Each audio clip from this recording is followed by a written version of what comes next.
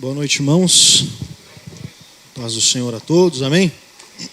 Bom, cá estou eu de novo para trazer a palavra desta noite.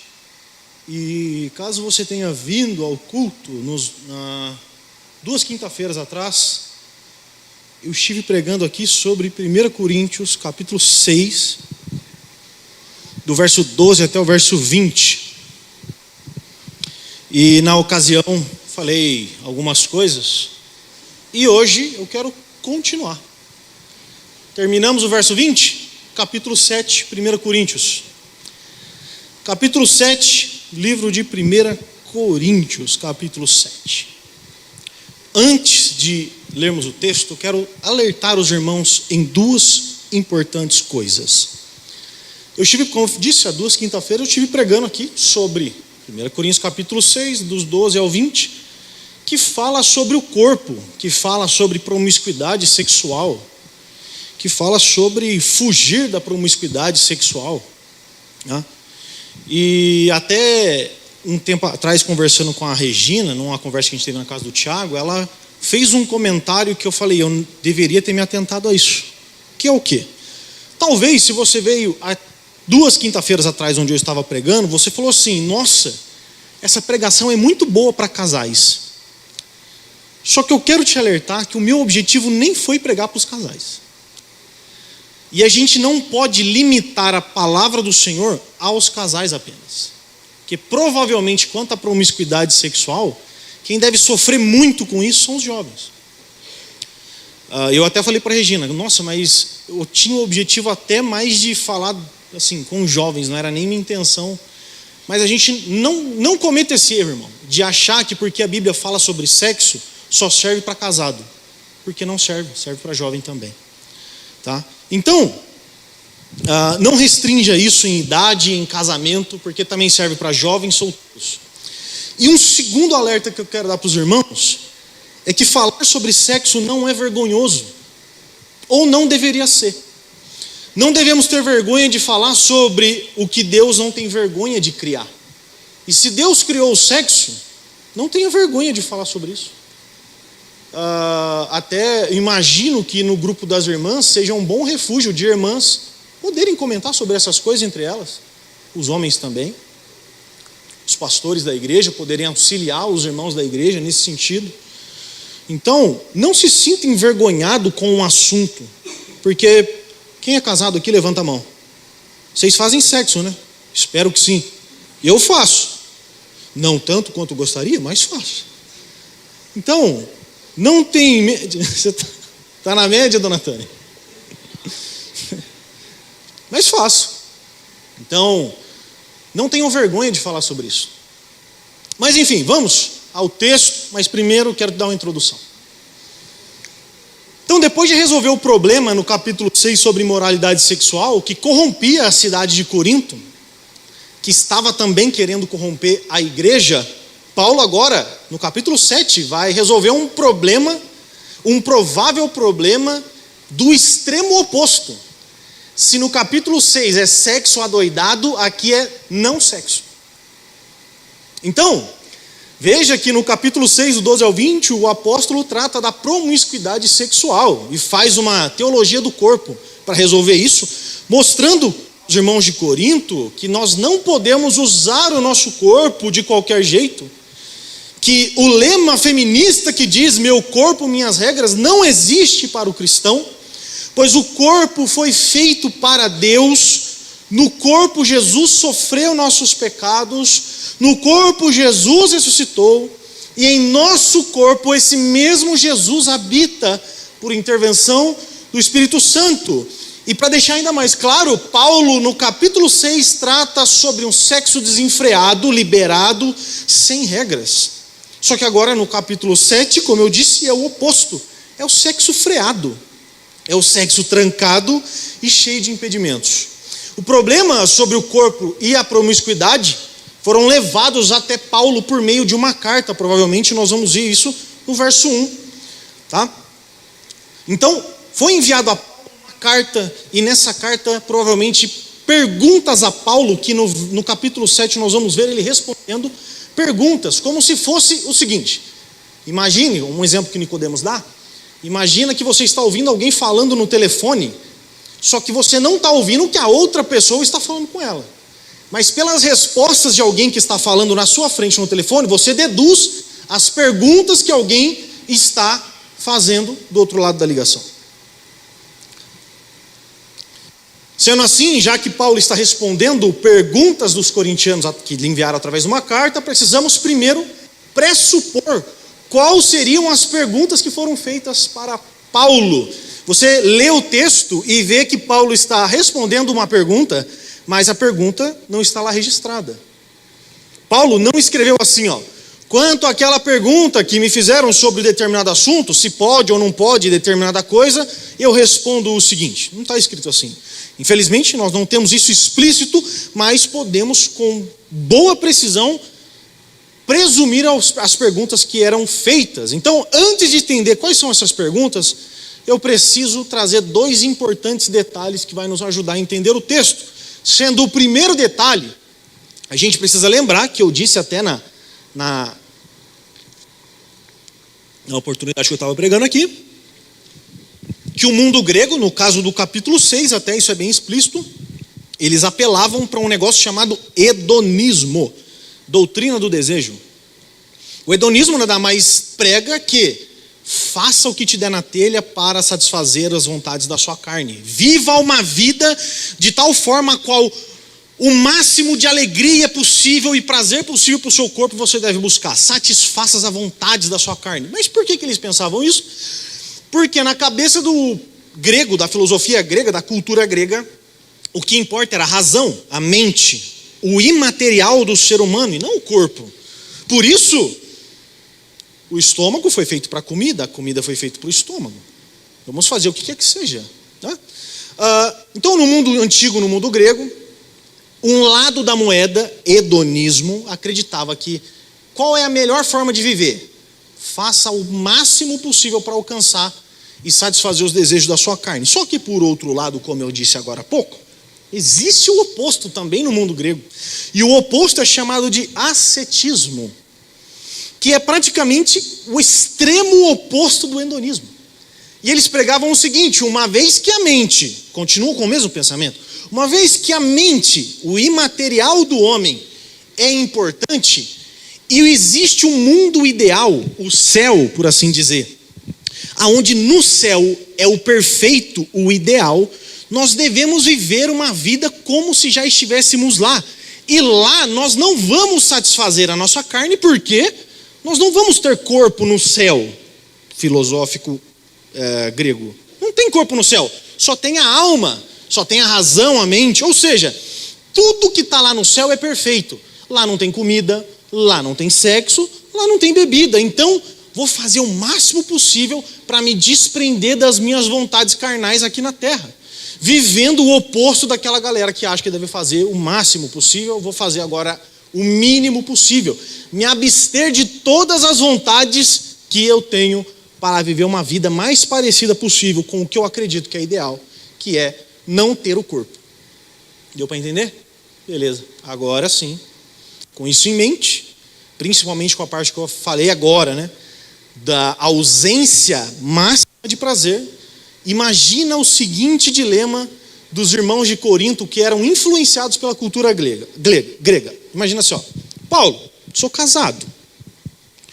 Eu devo buscar as coisas do alto e do céu. O meu corpo, a minha matéria é má. Então eu não posso me envolver sexualmente, pois o sexo é um prazer inferior ao que eu terei no céu. Sendo assim, eu devo abrir mão do sexo para buscar o mundo ideal e propagar até para outras pessoas esse mundo ideal que eu acredito?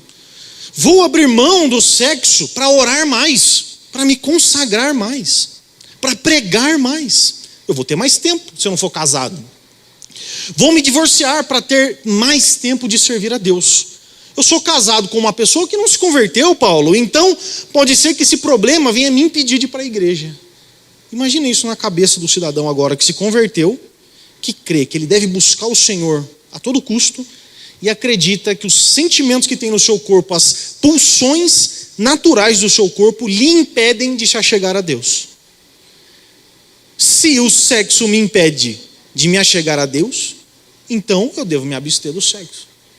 Eu devo me consagrar. Para eu orar mais, eu devo ter mais tempo para mim e para Deus. Então eu abro mão do sexo para ir orar. Imagina isso. Mas enfim, para encerrar essa introdução, a gente tem que considerar algo algo para além da sexualidade, que está agora no verso 1 e no 2, que é o contexto de perseguição religiosa, que é mais um detalhe. Provavelmente, então, esses irmãos de Corinto também estavam sendo perseguidos por romanos, gregos e judeus radicais. Tendo isso em mente, com esses dilemas problemáticos, quais seriam as prováveis perguntas que Paulo está respondendo? Primeiro, pelo menos, existem outras, mas eu vou colocar duas aqui. Devo me casar num contexto de perseguição? Se você ler o verso 1 e 2, é praticamente essa a resposta para essa pergunta que Paulo está respondendo. 2, sendo casado, posso abrir mão do sexo com o meu cônjuge para me consagrar mais?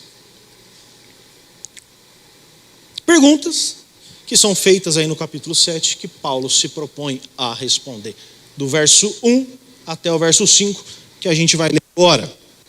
Capítulo 7, dos versos 1 até o verso 5, diz assim: agora, quanto às perguntas que vocês me fizeram em carta, digo que é bom que o homem não toque em mulher. Mas uma vez que há tanta imoralidade sexual, cada homem deve ter sua própria esposa e cada mulher seu próprio marido. Verso 3, o marido deve satisfazer as necessidades conjugais de sua esposa e a esposa deve fazer o mesmo por seu marido. A esposa não tem autoridade sobre o seu corpo, mas sim o marido. Da mesma forma, não é o marido que tem autoridade sobre o seu corpo, mas sim a esposa. Não privem um ao outro de terem relações, a menos que ambos concordem em abster-se da intimidade sexual por certo tempo, a fim de se dedicarem de modo mais pleno à oração. Depois disso, unam-se novamente para que Satanás não os tente por causa de sua falta de domínio próprio. Bom, no verso 1, está aí provavelmente a resposta da primeira pergunta. Paulo, em questão, eu estou sendo perseguido, que nem o Valdemiro. Devo me divorciar ou devo me casar? O que eu devo fazer em situação de perseguição? Então, a primeira resposta é muito provavelmente ligada à perseguição que esses irmãos estavam sofrendo. Ele deve ter recebido a seguinte pergunta: Paulo, estamos passando por dificuldades, estamos sendo perseguidos, tem judeu, grego, romano, constantemente perseguindo a gente ao ponto de colocar nossas vidas em risco. E para piorar, tem uma parte do povo aqui que tem dificuldade de se manter santo na área sexual. O que eu devo fazer? Então Paulo, neste contexto, ele diz que é melhor permanecer solteiro. Ele diz assim, é bom que o homem não toque em mulher. Mas que fique claro para a gente que Paulo está lidando com esse contexto específico de perseguição, onde a perseguição religiosa que traz eminente prisão ou morte se faz presente. É neste ambiente que ser casados e ter filhos consecutivamente dificulta a fuga de uma provável perseguição. Então, olha só o que Paulo está falando. Precisamos ter isso claro em mente, pois se não for assim, a gente cai num erro muito grave de falar que Paulo... Olha só o que Paulo diz, lê o texto. É bom que o homem não toque em mulher. Se a gente levar isso ao pé da letra, a gente está falando que Paulo está contradizendo o próprio Deus Criador, que disse o seguinte: não é bom que o homem viva só. Paulo tinha pleno conhecimento disso, que o padrão de Deus estabelecido era que o homem vivesse junto de uma mulher.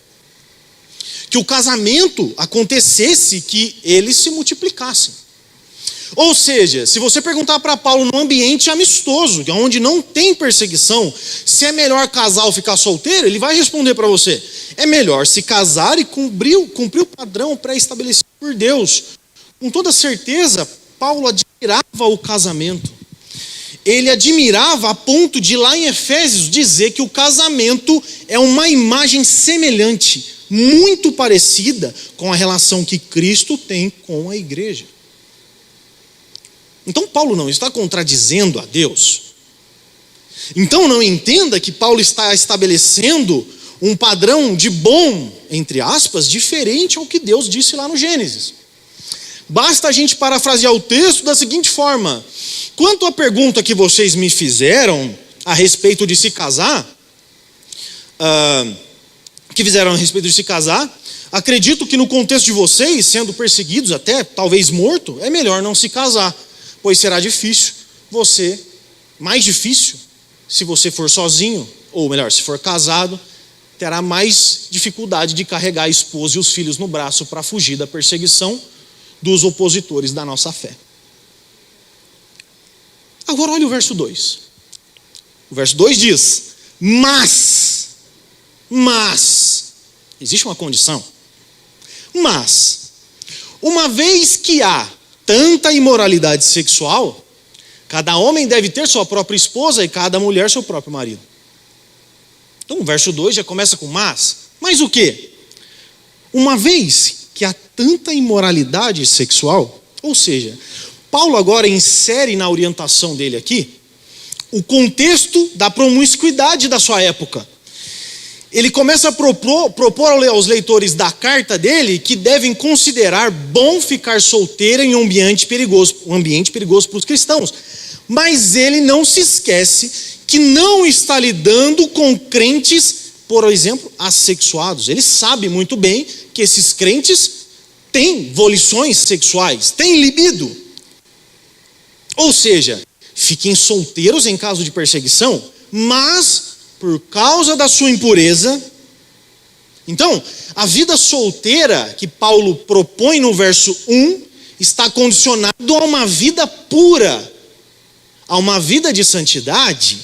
Paulo ensina que viver solteiro em tempo de perseguição é, ao mesmo tempo, viver solteiro e santo, e não um solteiro promíscuo. Ficar solteiro significa ficar puro, não é ficar e se envolver com imoralidade. Segundo o raciocínio dele, então, os tempos de perseguições vão abrir margem para vocês ficarem solteiros. Perseguição é melhor ficar solteiro, porém a escolha de ficar solteiro está condicionado ao mas, já que vocês são sem vergonha, safado, salafrário, o quê? Cada homem deve ter sua esposa e cada esposa seu homem. Então Paulo, levando em consideração a imoralidade sexual daquele povo, ele resolve o problema do solteiro como? Você é solteiro e está louco? Casa. Como é que eu resolvo o seu problema de promiscuidade? Casando. Como é que Paulo resolve o problema da imoralidade sexual? Com casamento. Entenda isso, a parte da perseguição religiosa. Agora olha só, quanto a o casamento e a promiscuidade sexual, esquece a perseguição. Não precisa colocar perseguição aqui dentro. Por quê? Independente se existe perseguição religiosa, futebolística, política, econômica, satânica, angelical ou qualquer outro tipo de problema que o homem possa passar, se há imoralidade por parte do solteiro, então que se case. Isso quer dizer que não pode ter nenhuma perseguição e nenhum problema, mas se existe promiscuidade, casa. É melhor ser perseguido pelas tropas de Satanás, pelo exército dos demônios mais promíscuos que podem existir, pelos demônios lascivos e profanos. É melhor passar pelo vale da sombra da morte com a esposa e os filhos no colo, com dificuldade para fugir das crises, do que permitir ser destruído pela imoralidade sexual. Sendo assim, Deus deu o casamento ao homem com o objetivo de livrá-lo dele mesmo. O casamento é uma ferramenta criada por Deus para permitir o homem viver uma vida que a sexualidade seja praticada de modo que convém. de modo que é apropriado. Resumindo, é melhor ter que carregar a família toda no colo e fugir do exército do capeta do que viver uma vida à beira da prostituição. Ah, mas eu estou sendo perseguido. Mas você é safado sem vergonha e não aguenta. Casa. Mas e os capetas vão me atormentar? Casa com capeta no pescoço. Mas não se permita cair na promiscuidade, ainda que você seja perseguido. Para encerrar, ainda no verso 2, Paulo deixa claro uma questão muito simples aqui agora. Chupa essa, progressistas que não gostam dos cristãos. Cada homem deve ter sua própria esposa e cada mulher seu próprio marido. Ou seja, casamento monogâmico e heterossexual. Gostou, o problema é seu. Não gostou, vem me prender. Versos 3 e 4. Agora. Meu Deus, me ajuda, Pai. A Sandy nem orou para mim, ela esqueceu, eu também não orei, Pai. Mas eu vou orar agora.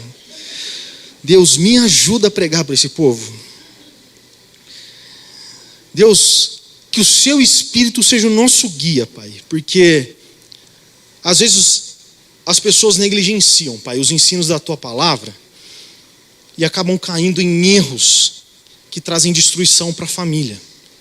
Então, Pai, que esse texto venha trazer luz ao coração dos meus irmãos, em nome de Jesus.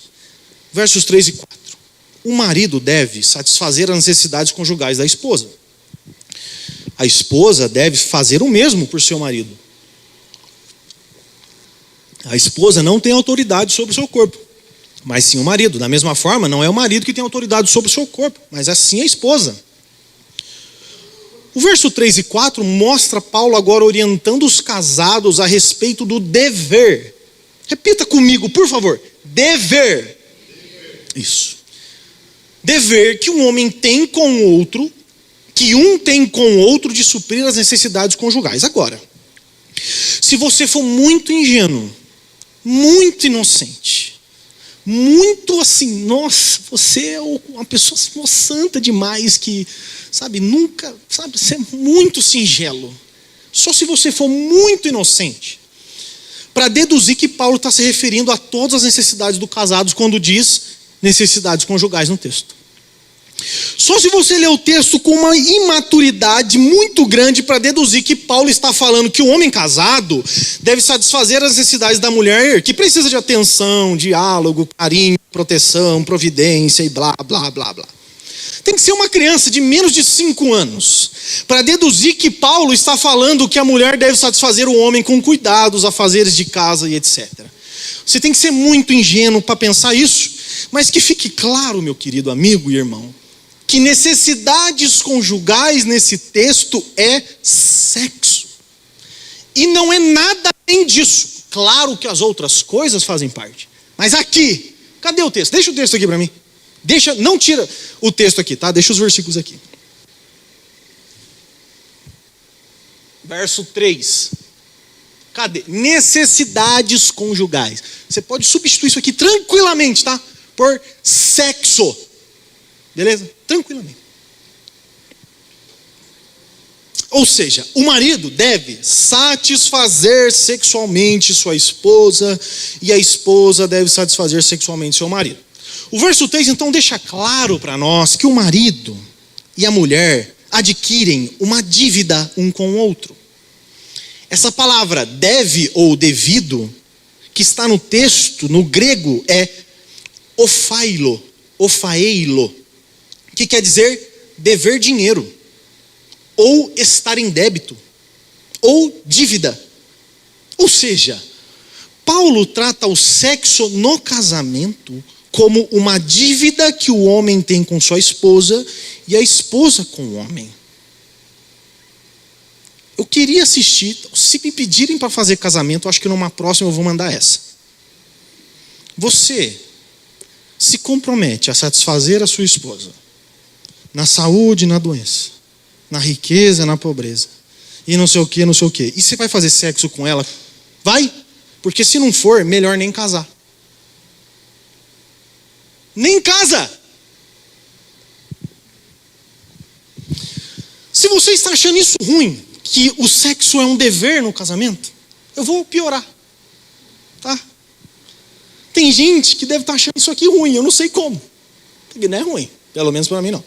Então se você acha ruim, eu vou piorar ainda. No verso 3, Paulo fala que no casamento os casados são devedores um do outro. No 4, põe o 4 na tela, ele diz que essa dívida, quando cobrada, deve ser paga.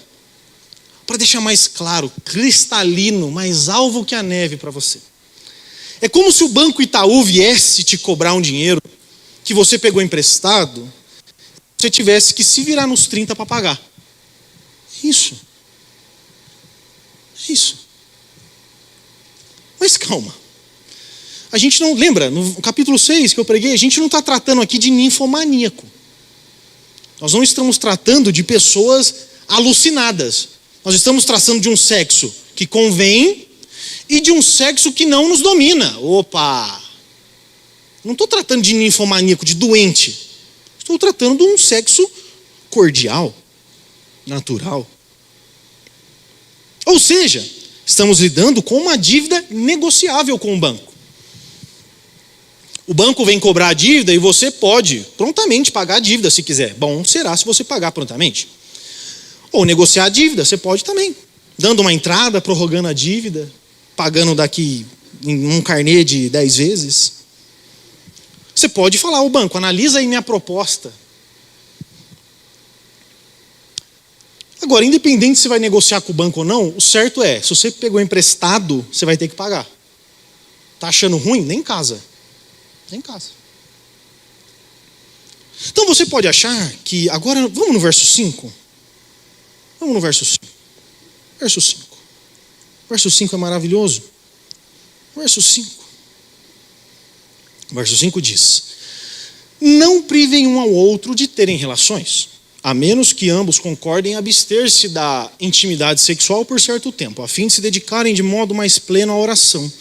Depois disso, unam-se novamente para que Satanás não os tente por causa de sua falta de domínio próprio. Você pode achar que Paulo estaria falando isso aqui apenas pelo fato de existir promiscuidade sexual. Ou seja, por que Paulo escreveu o verso 5?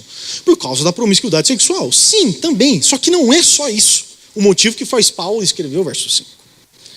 No verso 5, trago para nós outros problemas agora para o centro da discussão. Porque agora Paulo apresenta o tentador, Satanás, e a falta de domínio próprio do homem como motivos da relação sexual.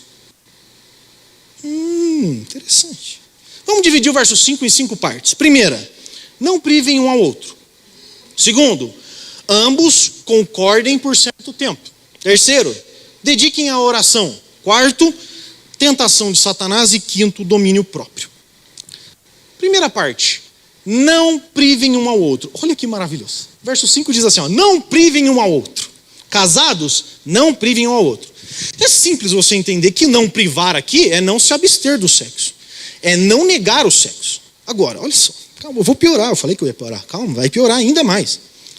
Eu proponho para a gente um novo modo de perceber o não privem um ao outro.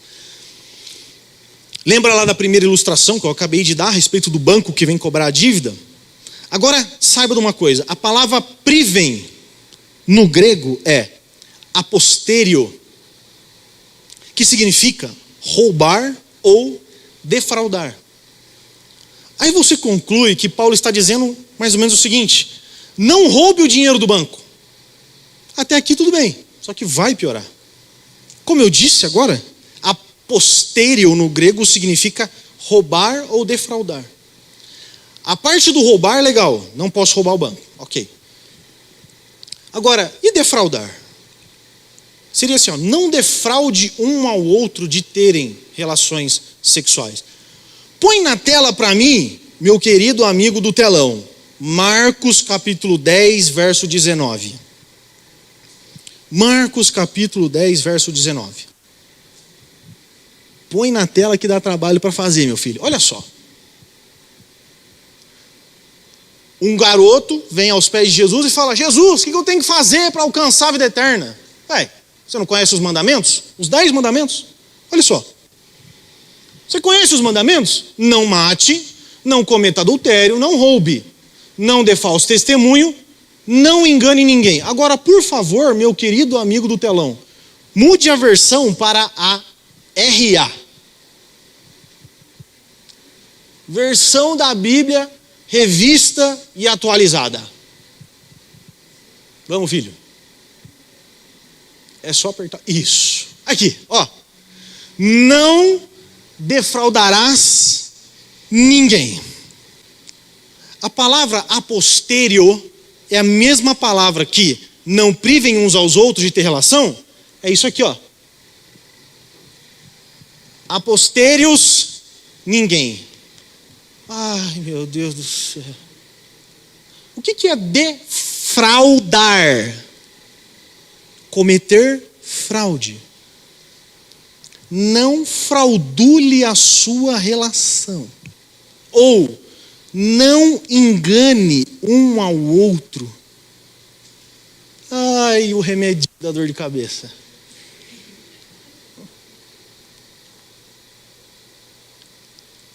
No texto de Marcos, Jesus repete os 10 mandamentos. Ele diz, não defraude. Trocando em miúdos não engane.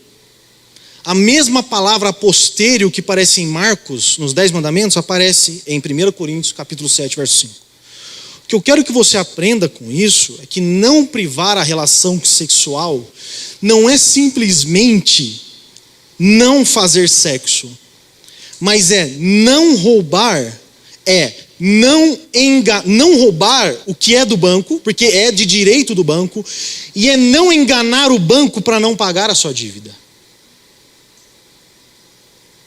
Se você não entendeu ainda, eu vou facilitar. Pague o que deve sem inventar mentiras. E eu dei risada quando eu escrevi isso aqui, quando eu estava... vamos para a segunda parte do verso 5. Quando os concordam, ambos concordarem por certo tempo. Olha só, o verso 5 tem uma segunda orientação. Até pode existir uma certa abstenção, mas em comum acordo e por um certo tempo. Sendo assim, a falta de sexo no casamento depende de um acordo da negociação. É falar para o banco, eu não estou com dinheiro agora, mas espera aí uns 2 semanas que eu vou trabalhar e depois eu te pago. Se o banco falar, ok, eu vou esperar. Ok, vocês concordaram. Agora, toma cuidado. É como comprar um imóvel e dar uma entrada daqui 3 meses. É como combinar uma negociação com o banco. Vamos para a terceira parte do texto? Ambos concordem em abster, blá, blá, blá, blá. Aí a terceira parte, a fim de se dedicarem de modo mais pleno à oração. O acordo tem um propósito. Ou seja, eu acordei que eu vou pagar mais tarde. Por quê? Por causa de um propósito.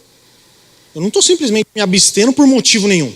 Existe um propósito da minha abstenção. Então o acordo tem um propósito. No caso específico aqui dos irmãos de Corinto, alguns queriam deixar de fazer sexo para se dedicarem a Deus. Crendo que o sexo era um desejo pecaminoso, que talvez os afastavam de Deus, ou talvez que deveriam ter mais tempo buscando a Deus, então se abstinham do sexo para períodos de consagração. Então Paulo abre uma brecha, podendo então, através de um acordo entre os dois, se abster do sexo. Só que tem um problema. Provavelmente, dificilmente nós aqui vamos falar assim para nossas esposas ou maridos.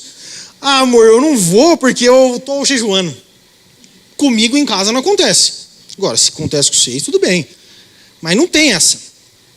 Eu vou orar, vou no monte. Não tem monte. E eu acredito que, como nós não vivemos um contexto grego, dificilmente a gente vai passar por isso aqui. De querer se abster de sexo para consagração ao Senhor. Então, como é que eu aplico isso na minha vida, Jonathan? Como é que eu vou aplicar isso? É simples. Haverá momentos em nossas vidas que nós não vamos nem precisar fazer acordo. Pois uma doença pode trazer abstenção de sexo. Uma viagem de trabalho, compromissos diversos ou problemas recorrentes da nossa vida vão trazer até automaticamente a ausência do sexo. O que eu devo fazer então? Não viaje para sempre. Né? Vai viajar, mas volta. Né? Vai ficar para sempre fora de casa? Não viaja para sempre. Não trabalha para sempre. Tente não ficar doente para sempre. Né? E vale ressaltar que a parte mais prejudicada é aquele que tem mais desejo. Geralmente são os homens, que precisam entender, sim, que ainda que a negociação seja prejudicial, ela às vezes é necessária. Então, existe uma brecha. Mas essa brecha é controlada e acordada. Ah, bom. Mas vamos piorar. Parte 4. Tentação do capiroto. Agora, é a parte mais importante do texto. E ela é alertadora para todos nós. Paulo diz que após um tempo do acordo expirar, após esse acordo acabar o tempo, os cônjuges então devem se unir de novo, pois Satanás está trabalhando para produzir tentações. Então Então a gente vê que Paulo dá motivos para que a relação sexual seja... Vemos que Paulo dá motivos para que a relação sexual não seja interrompida sem acordo. Quais os motivos que ele dá para não ser interrompida se não tiver acordo?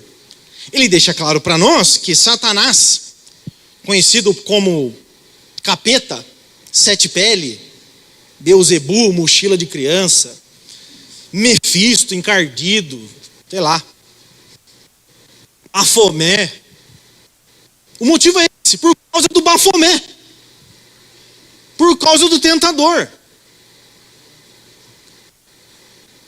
Não tem espaço, então, para que ele, Satanás, não tenha espaço para produzir situações de tentação ao homem e à mulher. E mais, sendo tentado o homem ou a mulher, esses que têm, parte 5, falta de domínio próprio, caia nas tentações do rabo de seta, como eu coloquei aqui, gostei desse nome também, conhecido como Satanás. Olha só o que Paulo está falando, gente. Olha o alerta que ele nos dá. Por que eu não devo me abster do sexo sem acordo? E por que mesmo com acordo eu devo prontamente voltar a ter as relações? Porque você está sendo uma isca fácil para o capeta. E pior, você não tem domínio próprio. É tipo assim, você vai ficar dando sopa pro azar? Então, para terminar o verso 5, quero explicar a diferença que existe entre a ação de Satanás e do homem. Existe uma possível discordância ou aparente contradição entre Tiago e Paulo. Tiago, no capítulo 1, verso 14, diz assim, a tentação vem de nossos próprios desejos, que nos seduzem e nos arrastam. Olha só, olha que interessante. Existe uma diferença, porque Paulo diz assim, Satanás não os tente. E Tiago diz, a tentação vem dos nossos próprios desejos. É Satanás? É eu? Quem está certo? Paulo? Tiago? A tentação vem da onde? O que ela come? Ela mora onde? Nasceu aonde? Vamos entender. Não existe contradição, na verdade existe uma junção, uma colaboração. Paulo aqui, ele está explicando para a gente que Satanás, ele se utiliza do ambiente grego, promíscuo, profano, para criar situações que podem produzir o desejo no coração do homem. Ou seja, tomem cuidado, porque Satanás não é ele que vai fazer a tentação brotar no seu coração, mas ele pode criar situações para que esse sentimento nasce no seu coração. Então, aí aparece Tiago, porque Tiago, por outro lado, vai dizer que a tentação nasce em nós mesmos. E detalhe, Tiago nem coloca Satanás na conversa. Ele ensina que a tentação nasce no coração do homem. A tentação provém do coração do homem. Provém do coração. E Tiago lhe diz o seguinte: a tentação, para vocês entenderem a linguagem de Tiago, ele diz assim, ó, a tentação é como uma isca que vai pegar um peixe. Só que o homem é a isca.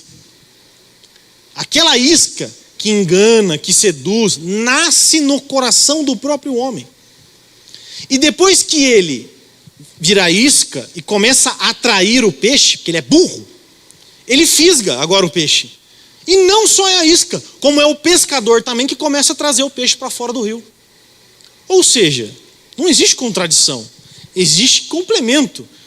Paulo está dizendo para nós, Satanás é o dono do pesqueiro, você é o pescador que entra lá dentro. Ele só vende peixe, quem vai comprar peixe é você. Você é o desejoso de peixe, e Satanás vende para você. O que você quer? Que peixe? Pacu? Tilápia? Tainha? Arraia?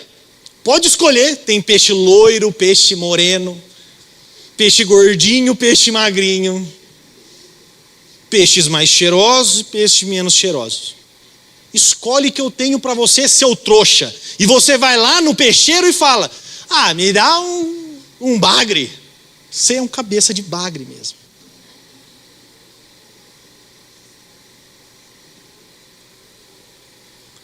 Irmãos, deu para entender? Deu para entender, né? Eu quero finalizar com as seguintes observações. Perceba que Paulo está deixando claro que não devemos confiar em nossas forças para resistir à tentação sexual. No capítulo 6, ele diz, fuja da imoralidade sexual. Ele não está falando, confie que você é forte e faça orações. Deixa eu fazer uma pergunta aqui. Quando vocês estão com fome, vocês oram para matar a fome ou vocês comem comida? Bom. Quando está com sede, bebe água, né? Como é o meu caso, que eu estou com sede. Se, por favor, mais um copo de água. Estou com sede. Eu não oro para Deus matar minha sede. Eu utilizo meios materiais para matar minha fome material. Quando eu estou com sede, eu não falo assim, Deus, mata minha sede, mata minha fome. Não, eu faço comida e como. Ou seja, eu uso a matéria para satisfazer a matéria. E tudo bem. Tudo bem. O que Paulo está deixando claro, ele na verdade orienta para que o homem pratique sexo nos moldes que Deus estabeleceu. Ou seja, você tem vontade de sexo? O que você vai fazer? Sexo. Só que, como convém, dentro dos moldes pré-estabelecidos. Monogâmico, heterossexual. Não gostou, o problema é seu. Ele mostra que o sexo é um escudo contra a imoralidade que assola o nosso corpo físico. Quer satisfazer as vontades do seu corpo? Utilize, no caso, um outro corpo para isso. Não vai orar. Não é para você orar. Não é para fazer jejum, gente. Não é. Outra coisa, a impressão que tenho é que Paulo orienta o tempo todo a não confiar em nós mesmos para resistir à tentação. Ele não está falando, confia que você é bom. Não, você não é. Pelo contrário, ele orienta para a realização do casamento e consecutivamente a prática do sexo. Em momento algum eu vejo Paulo pedindo para resistir à imoralidade sexual. Antes, como o capítulo disse, foge. E você ainda pergunta, mas fugir sem rumo? Não, agora nós temos a resposta. Fujo para onde? Para o casamento. Jovens que estão me ouvindo, que não são casados, que são tentados, para onde vocês vão fugir? Para o casamento. Sendo assim, eu oriento os jovens, então, a começarem a se preparar para o matrimônio. A começarem a pensar nisso. A começarem a ter a noção de que quando vocês casarem, vocês são devedores. E glória a Deus por isso, porque vocês estão casando com outro que também te deve.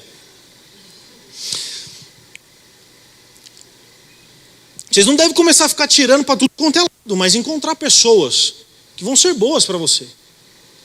Os casados, piorou para vocês agora. Com todo respeito, eu pergunto, principalmente às mulheres, mas incluo os homens também. Faço essa pergunta por considerar que a maioria, aliás, a minoria dos homens tem problemas, por exemplo, de disposição para o sexo. Geralmente os homens estão prontos para isso e as mulheres, por motivos diversos, se tornam a maioria quando o assunto é a indisposição para o sexo. A pergunta é para você, minha senhora, e meu senhor também que deixa sua esposa na mão às vezes. Você confia no seu marido? Tanto assim para deixar ele sem sexo? Será que ele é tão top assim que nem Paulo confia nele? Nem Deus confia nele? E você confia tanto? E você, marido, a mesma coisa? Você acha que a sua mulher é tudo isso mesmo, cara? Não é. Não é. Ele pode, por respeito e fidelidade, continuar com você, mas tenha certeza que a abstenção pode causar no coração deles males graves. Nem Paulo confia na gente. Paulo não confia em mim e não confia na Carol. Não confia no Jackson nem na Mayara. Está falando para vocês, não se abstenham. Porque se vocês se abster, o capiroto vai tentar contra vocês. E vocês, sem domínio próprio, se sim, você deveria pensar o contrário. Pois nem Paulo confia tanto. Talvez nem o seu marido confie tanto nele, ou nem a sua esposa confie tanto nela. Eu faço essa pergunta por considerar que, às vezes, num adultério, lógico, o infrator é o pior responsável. Num adultério, o infrator é o maior responsável, ele é o culpado de adulterar. Só que existem outros culpados, possivelmente. Existem casos de não culpados, ok. Mas existe caso de outros que também levaram problemas para dentro de casa, teve adultério, só ele que errou porque ele me traiu, só ela errou. Você confiou demais, talvez. Você já parou para pensar nisso? E, gente, um detalhe, desculpa. Eu quero terminar logo. Eu não estou falando aqui se tem que fazer um dia sim, um dia não. Um dia 2 não. 5 dias, 5 não. Todo dia 3 vezes. Ou 1 vez no ano. Eu não quero nem saber. Estou pouco me importando para isso. Se vocês se satisfazem com 1 vez no ano, top. Eu não. Eu nem faço. Ok. Top. Tá bem assim? Sem fazer? Show de bola. Vão orar. Agora vocês podem orar bastante. Agora, isso não importa. O que importa é que você precisa considerar as volições do seu cônjuge. Tome cuidado com isso. Tome cuidado com isso. E para finalizar, tenha em mente que o sexo é uma arma de Deus contra o pecado. Lembre-se que o sexo é uma ferramenta de Deus, uma arma de Deus contra a imoralidade. Você está vivendo em situações de imoralidade, como é que você resolve isso? Com casamento, com sexo. É uma arma contra as artimanhas do capeta. Porque o capeta fala assim, não dá para tentar ele aí. Cara, vou tentar outra coisa. É uma arma de Deus contra o mundo. É uma arma que nos apresenta ao nosso redor contra a internet, por exemplo. É uma arma de Deus contra o próprio capeta. E principalmente uma arma de Deus contra a pessoa com quem você mais convive. Meu marido, minha esposa, não, você mesmo. É uma arma de Deus contra você mesmo. E encerrando aqui, eu digo aos irmãos, se você não assistiu a pregação que eu fiz há 2 quinta-feiras atrás, assista. E tenha isso em mente. A relação sexual é de Deus. Perverteram o padrão de Deus. Estão pervertendo cada vez mais. Só que a gente tem que falar para o capeta, para Deus e o mundo, que dentro da igreja a perversão não vai prevalecer. Que aqui nós produziremos casamentos que aqui nós manteremos casamentos e que aqui nós vamos morrer casados para a glória de Deus. O nosso corpo é templo do Espírito, meu corpo, minhas regras, não. Meu corpo, regras de Deus, propriedade do meu marido ou da minha esposa. Amém? Amém. Então vamos orar para isso. E que fique isso claro para vocês. Isso não serve só para velho, para casado. Serve para todos, inclusive os jovens. Vamos orar, irmãos? Deus, em nome de Jesus. Graças nós te damos que a tua palavra é viva, fiel e nos ensina. Obrigado, Senhor. Que o Senhor é rei sobre todas as coisas. O Senhor nos orienta, o Senhor nos ensina, nos exorta, nos aproxima do Senhor através das tuas escrituras, nos apruma, nos coloca na reta posição. E que o que nós aprendemos aqui hoje, Pai, venha servir como alerta, venha servir também como incentivo, tanto para os casados quanto para os jovens. Que nós vivamos uma vida santa que agrade o Senhor. E que a sexualidade do povo do Senhor seja gloriosa e honre o teu nome, que é santo, que é justo, que é fiel. Te louvo e agradeço, Senhor, mais uma vez, Deus, em nome do teu Filho Jesus. Amém. Amém.